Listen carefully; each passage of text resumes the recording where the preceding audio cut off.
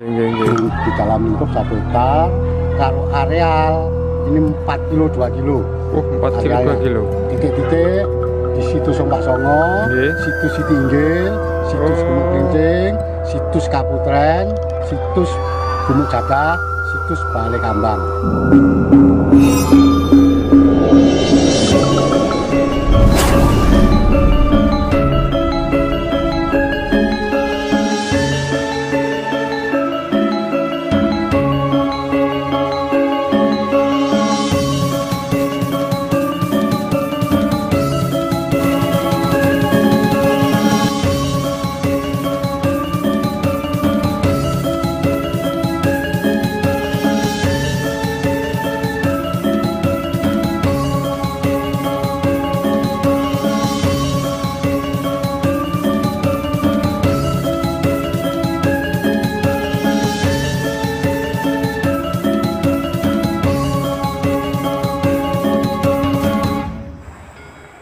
Assalamualaikum warahmatullahi wabarakatuh. Berjumpa lagi dengan Jowo Kawitan Channel.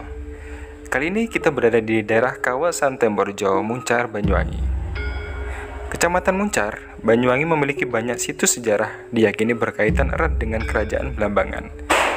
Sebut saja seperti situs Ombak Songo, situs Tinggil, Balai Kambang, dan Gumuk Sepur. Selain situs-situs itu, tak terhitung pula beberapa banyak warga yang menemukan berbagai benda-benda purbakala, aneka keramik, patung, uang kuno, dan sebagainya, yang juga menjadi petunjuk penting adanya kehidupan besar di masa lalu.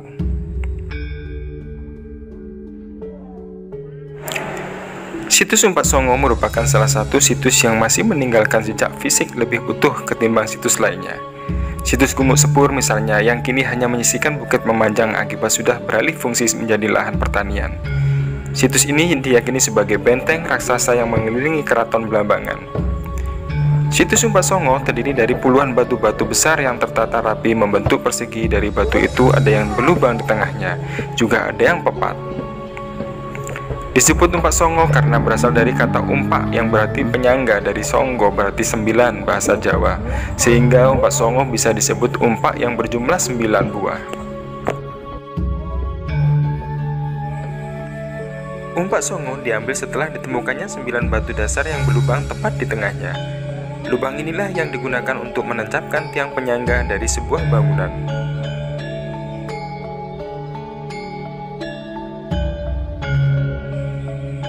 Bercerita sekitar tahun 1916, seseorang yang bernama Mbah Nadi CD dari Yogyakarta membabat tempat ini yang mulanya adalah hutan. Setelah pembabatan hutan selesai, mulai terlihatlah bagaimana wujudnya seperti yang kita lihat saat ini.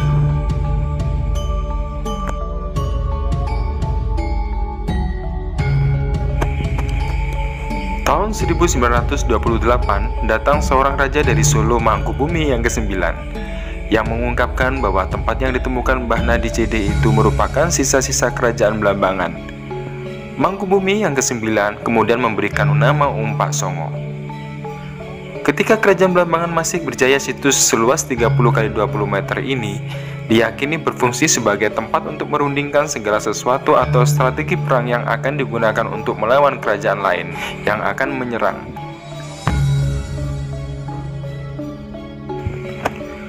Menurut peneliti dari Universitas Gadjah Mada, Yogyakarta, Sri Margana, ibu kota kerajaan Blambangan, dulunya sempat berpindah hingga 6 kali.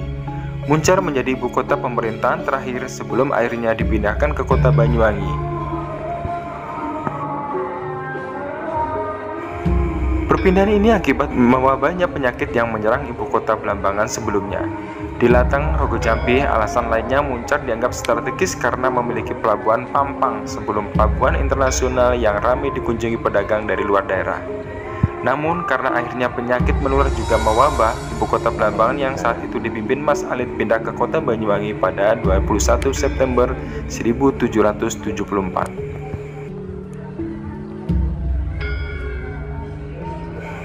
Ombak Songo sering didatangi pengunjung yang datang dari berbagai daerah seperti Malang, Denpasar, Singaraja, dan beberapa daerah lainnya. Mereka memiliki tujuan yang berbeda-beda, mulai penelitian, studi tur, hingga bersemedi. Karena itu jangan heran bila di dalam Umpak Songo terdapat beberapa tempat peletakan sesajen dari orang-orang yang berdoa di sana dan sebuah candi berisi air untuk mensucikan diri.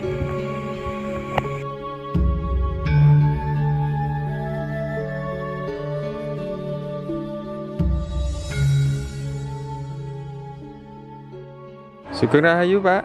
Sugeng Rahayu, selamat datang, selamat siang di lokasi situs Umpak Songo. Situs Umpak Songo ini ditemukan dengan Mbah Nadi Gede tahun 1915. Telah dapat ini kunjungan Sri Sultan Pakubuwono ke-10 Solo. Itulah tahun 1928. Di sini menceritakan bahwa ini petilasan kerajaan Belambangan.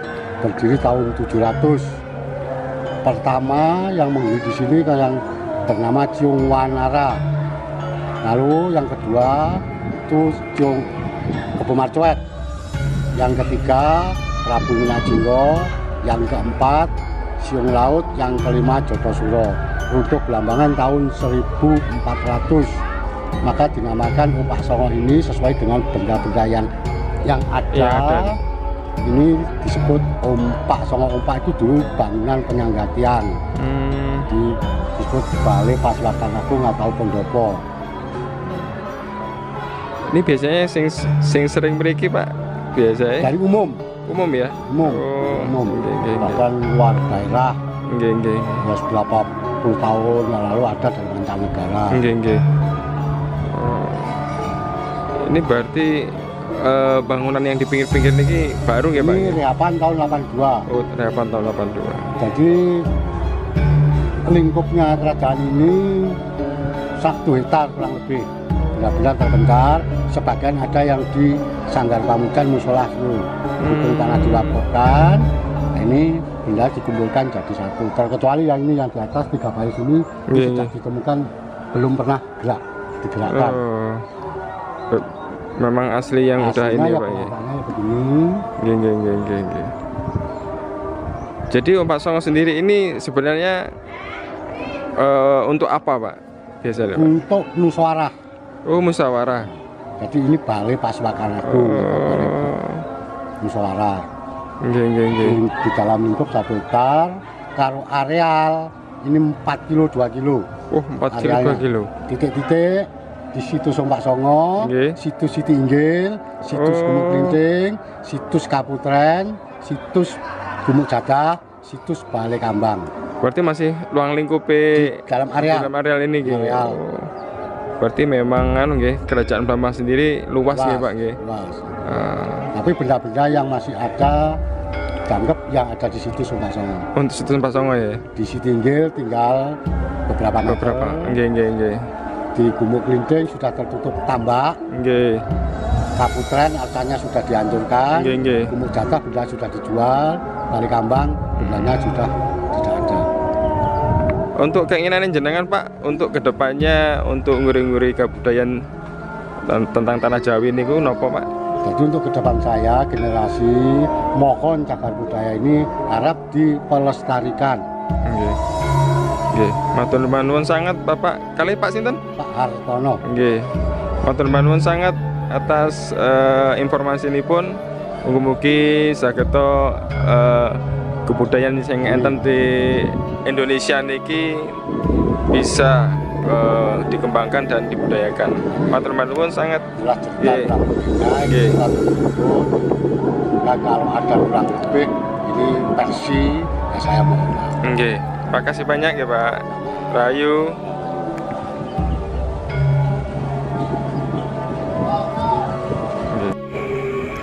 Memang sejak ditemukan area situs ini terus disesaki oleh rumah-rumah yang dibangun oleh keturunan Mbah Nadi JD. Jumlahnya hingga kini mencapai 20 kepala keluarga. Umpak Songo baru 1 kali direnovasi yang dilakukan pada masa Bupati Ratna Ani Lestari, yaitu berupa pembangunan gerbang atau benteng untuk membatasi situs Umpak Songo dengan area di luarnya. Puncak keramaian di Umpak Songo adalah ketika Hari Raya Kuningan, banyak umat Hindu yang datang dari Bali ataupun daerah Banyuwangi sendiri. Selain itu, umat Hindu juga datang setiap 6 atau 7 bulan sekali untuk melakukan persembahyangan, bahkan terkadang sampai menginap di dalam Umpak Songo. Dari pemahaman sejarah Umbak Songo ini kita mendapatkan suatu pelajaran berharga bahwa kita harus memelihara suatu peninggalan sejarah yang memberikan kita banyak sekali pengetahuan yang berarti, bukannya membiarkannya terhimpit sesak dipenuhi perumahan penduduk. Inilah halaman kejayaan dalam sejarah kita yang tidak pernah ditulis dan takkan pernah ditulis. Kalimat yang diucapkan oleh Heinrich Himmler pada pidatonya di Posen itu merupakan perumpamaan kata bagi kita bahwa sejarah ditulis karena penting agar tetap abadi dan diketahui oleh semua orang. Semua informasi yang kita dapat semoga bisa bermanfaat untuk kita semua. Terima kasih. Assalamualaikum warahmatullahi wabarakatuh. Salam Rahayu, Rahayu, Rahayu.